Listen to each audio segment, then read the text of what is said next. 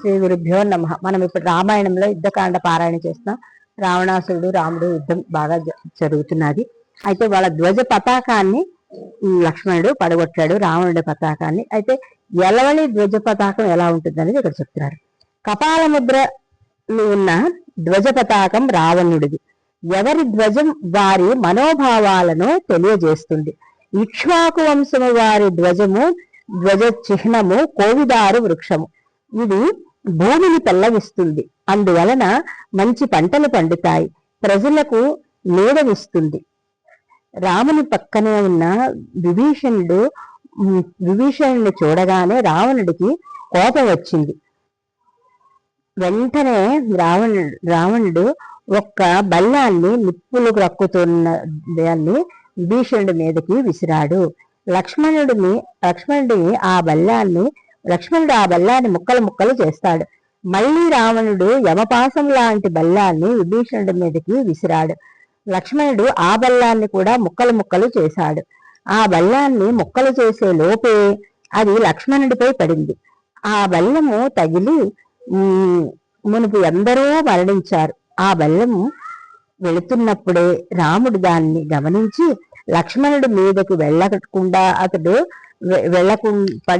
పడిపోతే అతడు చనిపోతాడు కనుక ఆ బల్లాన్ని తమ్ముడిని ఏమీ చేయకూడదు ఆ బల్లం అని పక్కగా అని అనుకుంటాడు. అప్పుడు ఆ బెల్లము లక్ష్మణుడి గుండెలకు తగిలి ఆ గుండెలని చీల్చుకుంటూ వెళుతుంది. అప్పుడు లక్ష్మణమూర్తి కింద పడిపోతారు. శ్రీరామచంద్రుడు రావణుడు వేస్తున్న ఆ బాణాలు శరీరానికి తగులుతున్నా కూడా కోపంతో ఇలా అంటున్నాడు, వానరులారా, ఈ క్షణం నుంచి భూమి మీద రాముడా రావణుడా ఎవరినో ఒకరినే చూస్తారు అని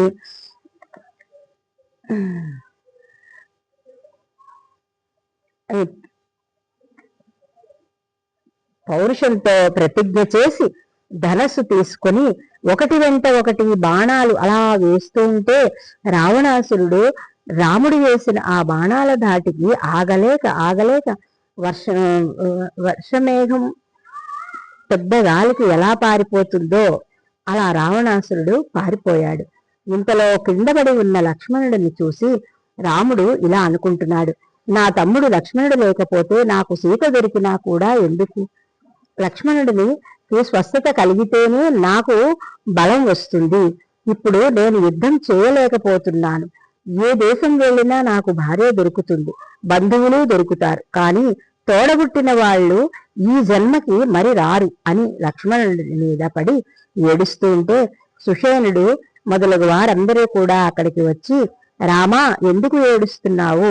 ఇదో లక్ష్మణుడు మరణించలేదు, ఆ బల్లము గుండెలకు చీల్చింది అంతే. ఇంతకు ముందు తెచ్చిన ఓషధీ పర్వతాన్ని మరల తెప్పిద్దాం అని వారు ఆ మాట జాంబవంతుడు చెప్పగా వారు హనుమ దగ్గరకు వెళ్లి ఆ ఓషధీ పర్వతాన్ని వాయువేగంతో తీసుకురమ్మన్నారు. వెంటనే హనుమ వాయువేగంతో తీసుకువచ్చాడు. అప్పుడు ఆ సుషేనుడు లక్ష్మణుడికి ఆ ఓషధులను చూపించగానే లక్ష్మణుడు లేచి కూర్చున్నాడు. ఇది చూసి అందరూ కూడా సంతోషించారు. మరల హనుమ ఉత్తర దిక్కుకు వెళ్ళి ఆ పర్వతాన్ని హిమాలయాల దగ్గర త్రికోణాచలం దగ్గర ఉన్న వృషభాద్రిపై ఉంచి వచ్చాడు. అది చూసి రామచంద్రమూర్తి ఇలా చాలా ఆనందపడిపోయారు. ఈ దృశ్యాన్ని చూసి యుద్ధభూమిలో వారంతా కూడా ఆశ్చర్యపోయారు.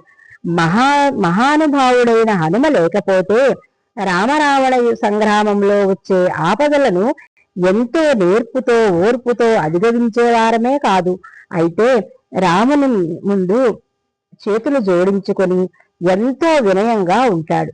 ఇది అంతా కూడా హనుమ గొప్పతనమే అని అందరూ కూడా అనుకుంటూ ఉంటారు. అంత ఘనకార్యం చేసినా కూడా అతను రాముని ముందు చేతులు జోడించి అలాగా నిలబడి చూస్తూనే ఉంటాడట.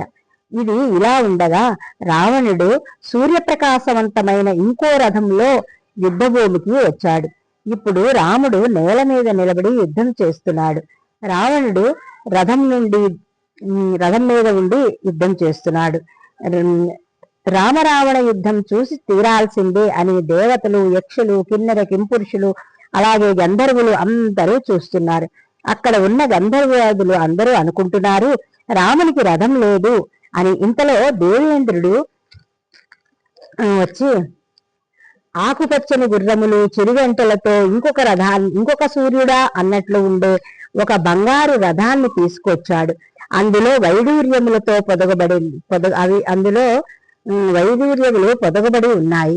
తన రథసారథి అయిన మాతల్ని పిలిచి ఈ రథాన్ని యుద్ధభూమిలో ఉన్న రామునికి ఇచ్చి నువ్వు రథసారథ్యం చెయ్యి అని చెప్పగా అప్పుడు మాతలి ఆ రథాన్ని రాముని దగ్గరకు తీసుకువెళ్ళి దేవేంద్రుడు ఈ రథాన్ని నీ కొరకు పంపించాడు,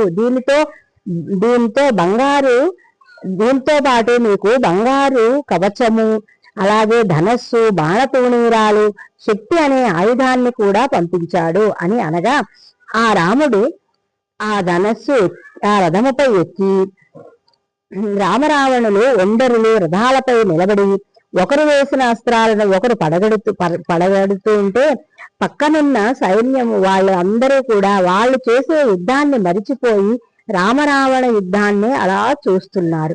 జీవితంలో ఇలాంటి యుద్ధము ఇంకెప్పుడు కూడా మనం ఎప్పుడు చూస్తాము, ఎప్పుడూ చూడలేము అని వానరులు రాక్షసులు అలా నిలబడిపోయారు.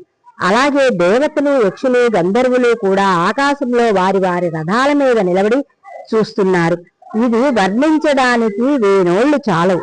రావణాసురుడు కోపంతో అనేక బాణాలు వేశాడు. వాటితో ఇంద్రుడు ఇచ్చిన రథము రథసారథి అశ్వాలు కూడా పడిపోయాయి. అది చూసి దేవతలంతా కూడా భయపడి రామచంద్రమూర్తి ఎలాగైనా గెలవాలి అని అనుకుంటుండగా రావణుడు 10 తలలతో 20 చేతులతో ధనస్సులు పట్టి బాణాలు కురిపిస్తూ ఉంటే అలా ఆ వేల బాణాలు వచ్చి రామునికి తగులుతూ ఉంటే చంద్రునికి గ్రహణం పట్టిందా అని అన్నట్లున్నదట. అప్పుడు రావణుడు ఇంకా కోపంగా పరమశివుడు ఇచ్చిన శూలాన్ని ఆ బలమైన ఒక శూలాన్ని రామునిపైకి విసిరాడు. ఆ శూలం రాముని మీదకి వస్తూ ఉండగా ఇంద్రుడు ఇచ్చిన శక్తి అనే ఆయుధాన్ని విసిరాడు రాముడు. ఆ రెండు ఆకాశంలో కొట్టుకునే సమయంలో రాముడు కొన్ని వేల బాణాలు రావణుడి పైన వేశాడు. ఆ బాణాలకు రావణుడు నీరసించిపోయి ఇంకా బాణం వెయ్యలేనేమో అని అనుకునే సమయంలో అతని సారథి రథాన్ని కొంచెం వెనక్కి తిప్పి కొంత దూరంలో ఆపుతాడు. అప్పుడు రావణుడు ఆ రథసారథితో ఇలా అంటాడు, రథాన్ని ఎందుకు వెనక్కి తిప్పావు? శత్రువుకి వెన్ను చూపిస్తావా?